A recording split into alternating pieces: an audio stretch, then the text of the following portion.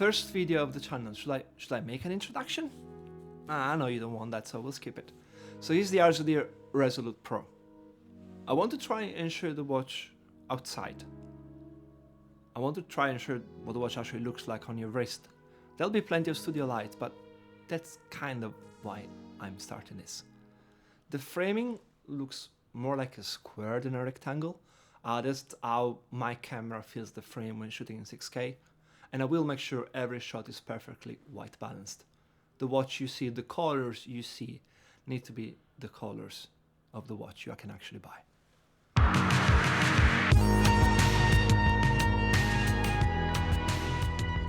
Now, I've had this for 2 years.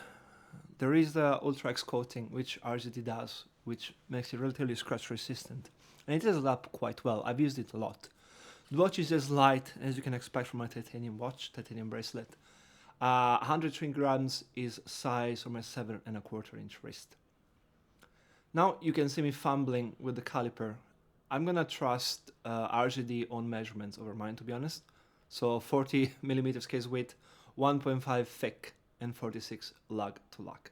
It's just a cheap Amazon caliper. It's what everybody uses. So I'll go by what the manufacturer says on this. Now here's why I bought this watch. The gloomy, dreaded, sad, overcast days we get here in England. That's where the enamel dial really shines. And we can debate whether it's yellow or orange. I like to tell myself it's more like an orange, but nah, this is a yellow watch. The bracelet tapers from 20 by the lugs, and it goes all the way to 16 by the clasp. The clasp itself is more like 18. I believe the clasp is still the only steel component in the watch. There is an on-the-fly micro adjust, don't worry. It's 2026. St. Martin can give you an on-the-fly micro adjust for £150, so you should expect to get it on a watch that is now honestly relatively expensive. When I bought this, it was about £470.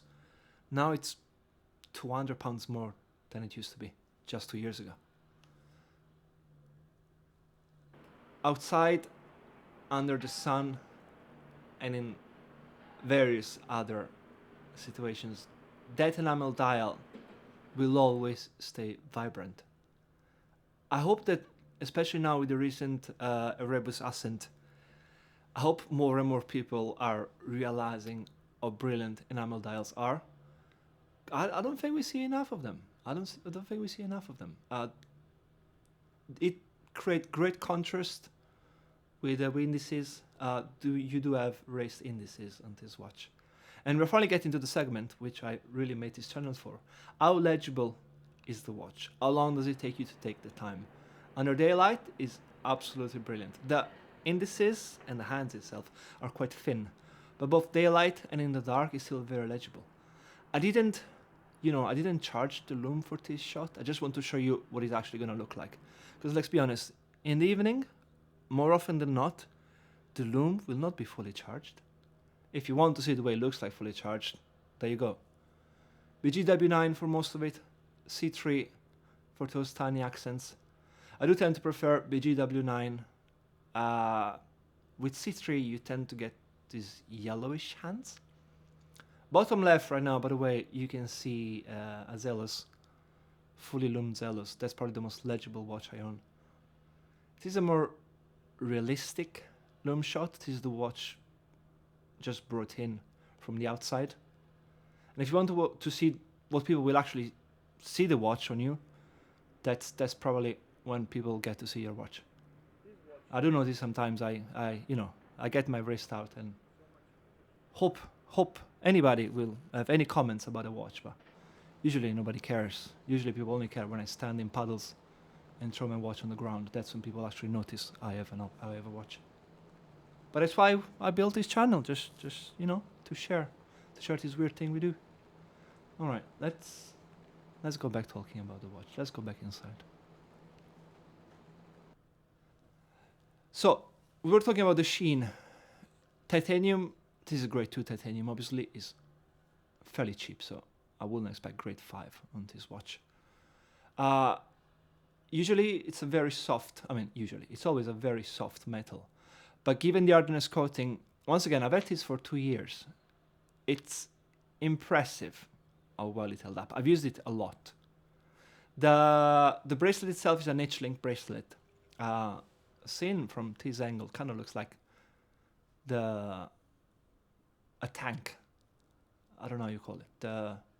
You know what I'm talking about. That's what it looks like. There are screw pins. I haven't touched this bracelet. I haven't readjusted this bracelet in 2 years. Well, that's the good thing about the micro adjust. It's one and done. The enamel dial is still brilliant under studio lights, under random neon lights. It has this kind of cyberpunk vibe in the evening. Now, it's hard to talk about the value of the watch. When I purchased this, it was about 20% cheaper than it is right now. It's now approaching the price of something like the Formex Field and even many Christopher Ward. So if you like what this watch does, nobody else really does it this way. It also has drill lugs. The caseback is very boring. It is a Miyota 9015 for the date, 90S5 without the date. Changing straps is kind of a mixed bag. The blue looks nice, the black looks nice. Leather, which you'll see coming up, surprisingly nice. But the way the space in the lugs is such a, you can see, such a clear cut. It just doesn't look right with anything but the bracelet. I'm a stickler for readability, by the way, and I wanted to show you the watch with a random Zelos to the right, which is the most readable watch I own, and with the switches. I often can't read the switches. I'm meant to wear reading glasses. I often can't see what the switches look like. So, yeah. This review was all over the place. I tried to record this about, I don't know, for 6 hours, this silly voiceover. And then I decided, you know what, I'm just not gonna try and make a good job. The footage is decent. The footage should be enough. Surely you're not listening to my words. I'm just a random person. And sorry if I didn't mention chamfered edges, perlage in other fancy terms. This is just a watch to me, but it is a nice one. There you go. More nice watches to come.